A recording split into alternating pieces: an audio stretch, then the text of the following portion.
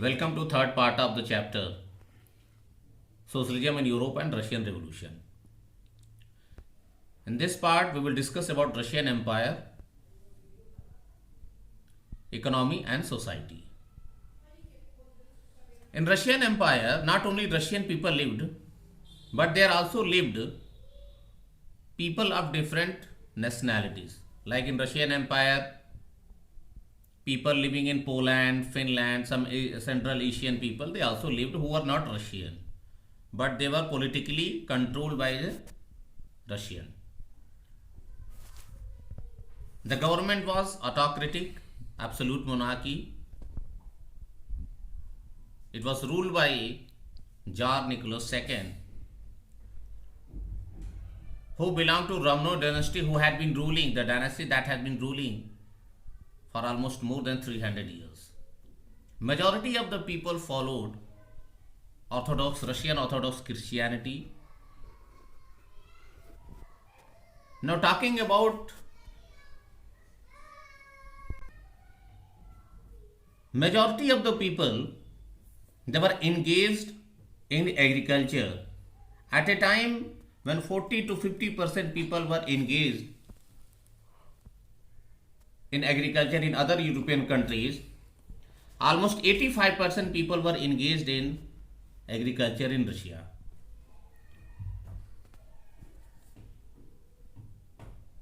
There were very few industries and most of the production was carried out by the craftsmen. But after 1890, some foreign countries, they started investing, and also as a result of expansion of railways, there was growth in industrialization, and by the end of that decade many industries were set up. There was rapid industrialization in Russia.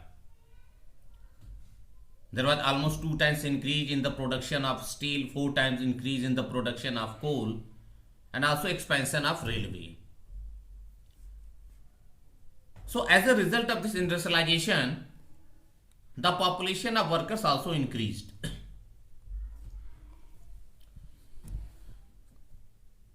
How these workers were managed by the industries and the government.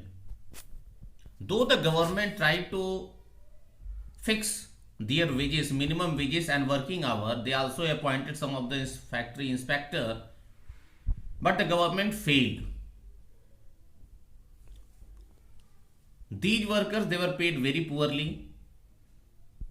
There were no fixed working hours. Living condition was very poor. So we can see there was a discontentment in this working class. It was not a happy lot. Okay. Next, talking about, was there any division among the workers? Yes. This division existed on the basis of in which sector these workers worked. Yani workers who worked in steel and iron sector, their job required more training and skill, and they consider themselves superior to those workers working in textile industries. Women were also employed in these factories. Women constituted 31% of the total workforce, but they were paid very poorly. They were paid less than men workers, sometimes even half of the salary which was paid to a men. Despite the division among the workers, there was unity among the workers. In case of any worker was suspended or dismissed, all the workers, they used to stop the work. They also used to arrange fund in case of any emergency.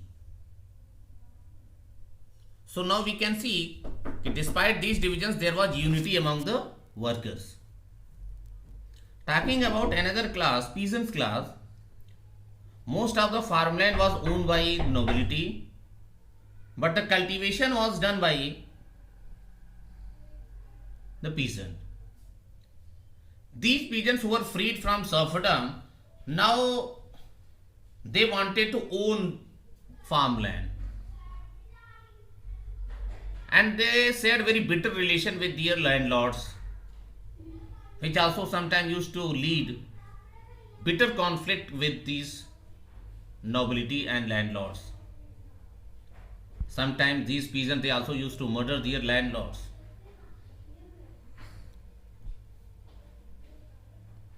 Now, talking about growth of socialism, now we can see that now in Russia we have two discontented class, workers and peasants.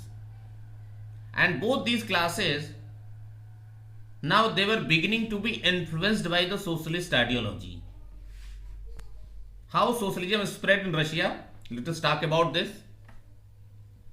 As we know that Russia was an absolute monarchy, there was no scope of any political activity, or you can say political activity is not allowed in Russia. So as a result, the political parties, they had to operate illegally. Some of the political parties were formed, like one of them being Russian Social Democratic Workers' Party, which was formed in 1898, and its base was workers. Another political party that was formed in Russia 1900, that was Russian Socialist Revolutionary Party or Socialist Revolutionary Party. Its base was peasants. The leader of Social Democratic Party, Mr. Lenin, he believed that there is no unity among peasants, and they are not capable of carrying out any revolution. Only workers can carry out a revolution. Later, there was a split in Social Democratic Party also.